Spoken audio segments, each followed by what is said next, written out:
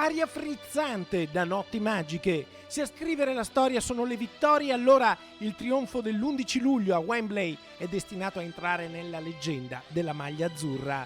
Quel giorno la nazionale italiana di calcio ha portato a casa la Coppa dell'Europeo, un simbolo iconico, un messaggio sportivo forte, un emblema della vita. Solo col sacrificio si tagliano i traguardi più agognati, solo con la perseveranza e il sudore i sogni si trasformano in realtà.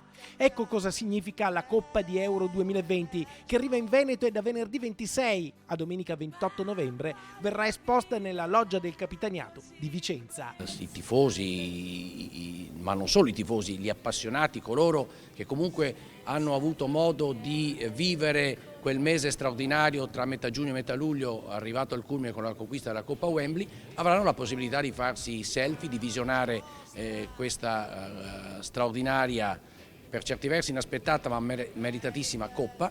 Sicuramente inviteremo personalità del calcio che sono state legate ai colori biancorossi e ai colori anche della nazionale.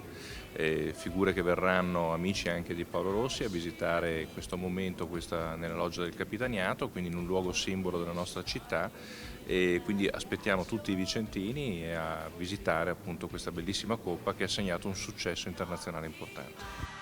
L'iniziativa chiamata Azzurri d'Europa, promossa dall'Associazione Italiana Calciatori in collaborazione col Comune di Vicenza, farà sì che la Coppa dell'Europeo arrivi nella città di Paolo Rossi e Roberto Baggio. Un ritorno a casa anche per la Coppa, opera di maestri artigiani di un'azienda vicentina, alzata al cielo dalla nazionale italiana.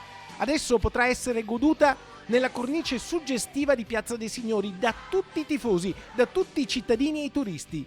Le notti magiche, in fondo, non tramontano mai. Sogno che comincia da